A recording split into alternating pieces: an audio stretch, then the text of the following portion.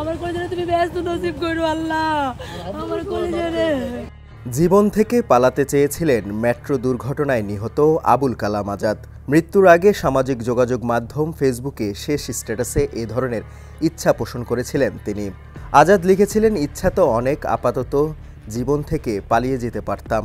তার এই ইচ্ছা যে এভাবে বাস্তবে পরিণত হবে তা স্বপ্নেও ভাবতে পারেননি স্বজনরা। রোববার দুপুরে ব্যক্তিগত কাজে রাজধানী ঢাকার ফার্মগেট এলাকায় যাওয়ার সময় মেট্রো রেলের পিলার থেকে সরে যাওয়া বেয়ারিং প্যাড পড়ে মারা যান আবুল কালাম আজাদ। প্রত্যক্ষদর্শীরা জানান, হঠাৎ করে মেট্রো রেলের ওপর থেকে ভারী ধাতব যন্ত্রাংশটি নিচে পড়ে মাথায় আঘাত হানে আবুল কালামের। স্থানীয়রা দ্রুত উদ্ধার করে হাসপাতালে নিয়ে গেলে চিকিৎসক তাকে মৃত ঘোষণা করেন। বান্ডেল থাকলে প্রতি সেনমানিতে টাকা বাঁচবে। বিকাশ সেনমানি বান্ডেল কিনে জিতুন প্রতি লেনদেনে।